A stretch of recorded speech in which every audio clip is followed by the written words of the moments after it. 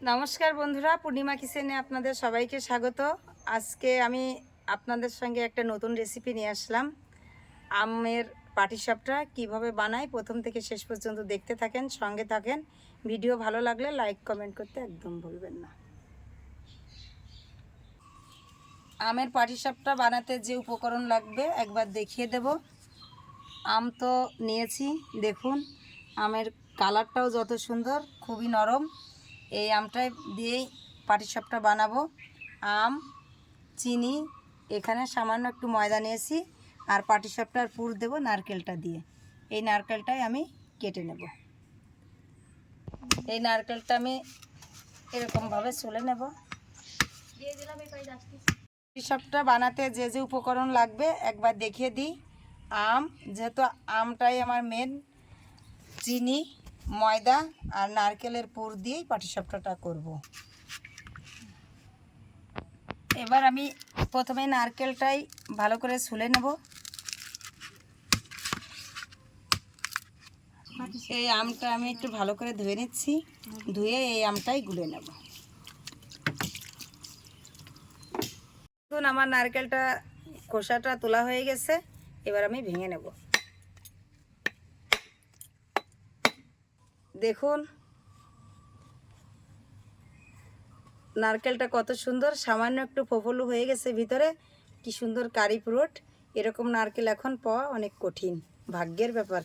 নারকেল এখন লটারি হয়ে গেছে। নারকেলের পুর দেওয়ার জন্য নারকেলটা কুড়ে নিচ্ছি।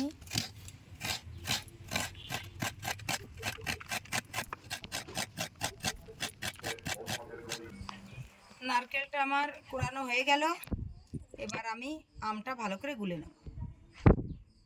সবটার আমের গুলাটা করে নিচ্ছি। দেখুন আমটা কি সুন্দর, আমরুপালি আমে তো কোনো আঁশি নেই আর থাকেও না, আর ভালো করে তারপরেও একটু সেঁকে নিতে হবে।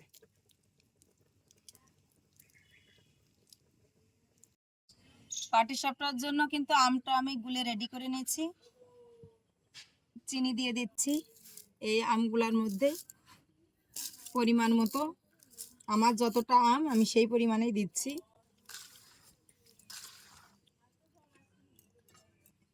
এই আমের ব্যাটার বানাতে গেলে কিন্তু একটুও জল দেওয়া যাবে না। চিনিটা আমের সাথে ভালো করে গুলে যতটা লাগবে সামান্য পরিমাণে একটু ময়দা দেবো, বেশি দেব না।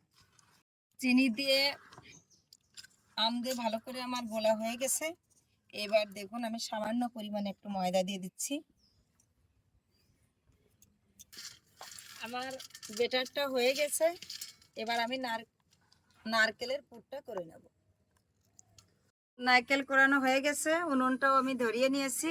এবার পাটিসাপটার পুরটা করে নেব। প্রথমে নারকেলটা দিয়ে দিচ্ছি, পরিমাণ মতো চিনি দিয়ে দেব,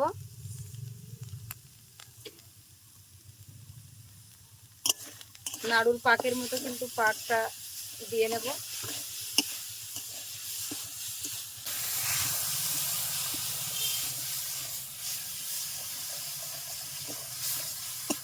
এই নাড়ুর পাকটা কিন্তু হালকা আছে করতে হবে, না হলে চিনি দিয়ে নারকেল দিয়ে লেগে যাবে।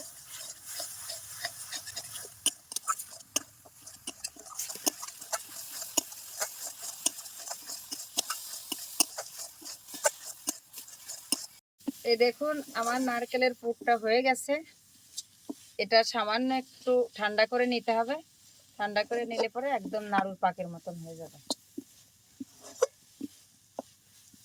এবার আমি ঢেলে নিচ্ছি।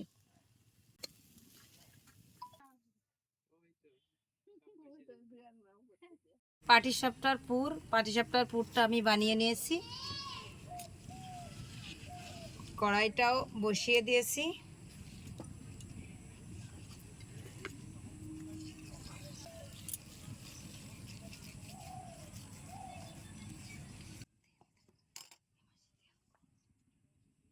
এই দেখুন আমি ছোট বাটিতে একটু তেল নিয়েছি। এই তেলটা কড়াইতে ভালো করে এই কলার ডাঁটাটা দিয়ে মাখিয়ে নেব। এই তেলটা দিলে আমার পিঠেটা সুন্দর মতো উঠবে।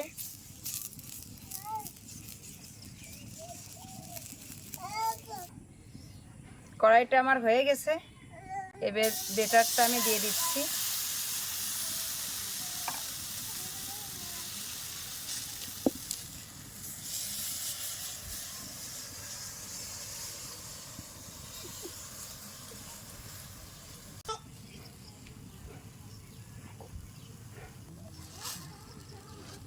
পুরটা দিয়ে দিয়েছি।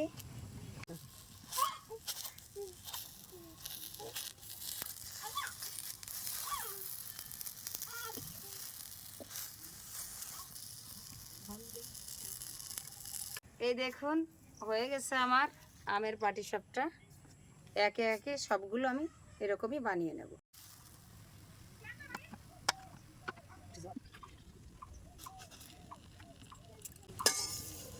এত সুন্দর সেন্ট পাচ্ছি, আমের ফ্লেভার তো আসলে অন্যরকম।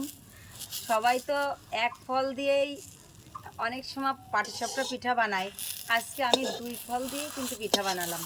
একটা নারকেল দিয়ে পুর করেছি আর গোলা করেছি আম দিয়ে। এটা কিন্তু নতুন জামাই আসলে বানিয়ে খাওয়ালে একদমই নতুনত্ব, ভীষণ স্বাদ।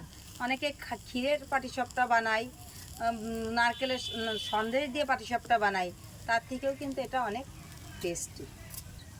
এই পাটিসাপটা একবার যে খাবে সে কিন্তু বারবারই খেতে চাবে, অন্য পাটিসাপটা খেতেই চাবে না, টেস্টি লাগবে না মুখে। এ দেখুন হয়ে গেছে আমার আজকে আমের পাটিসাপটাটা দেখতে তো অনেক সুন্দর লাগছে। তো এই পাটিসাপটাটা তো আসলে আমার মাথা থেকে বের করিনি, আমার বোনের খুব পছন্দ, বোনের ইচ্ছাতে আজকে এই পাটিসাপটাটা বানানো হয়েছে। খেয়ে দেখো তোমার কেমন হয়েছে তোমার রেসিপি। আমি তো একটা নিয়ে নিয়েছি, দেখি বড়টা বেচেই নি, অনেক প্রিয় পাটিসাপটা তো। এমনি ওর বড়টা ছাড়া কখনোই ছোটটা ধরে না, খাওয়ার জিনিস অনেক পছন্দ করে, কিন্তু রেসিপি যদি করতে বলি তাহলে সকালে 11টায় বললে 1টায় আসে। দেখেন বন্ধুরা আমার বোন কতটাই চালাক, আমি বোকাই থেকে গেলাম, যার কারণে কোনো জায়গাতে বন্ধুরাও আমার সাবস্ক্রাইব কমেন্ট শেয়ার করছে না, এই জন্য আমার চ্যানেলটাও দাঁড়াচ্ছে না। দেখি আমের পাটিসাপটা খেয়ে দেখি। সেই মজা। বানানোর ফ্লেভার দেখেই যে ফ্লেভার পাচ্ছিলাম সেটা সুখেই মনে হচ্ছিল যে আসলে খেতে অনেক মজা হবে, কিন্তু যা কথা তাই সত্য, খুবই সুন্দর। এটা খেলে অনেক টেস্টি, আর দ্বিতীয়বার অন্য পাটিসাপটা খেতে মন যাবে না, খুব সুন্দর। এমন আনকমন সুন্দর সুন্দর রেসিপি পেতে সঙ্গে থাকুন। ধন্যবাদ, দেখা হবে অন্য নতুন কোনো ভিডিওতে।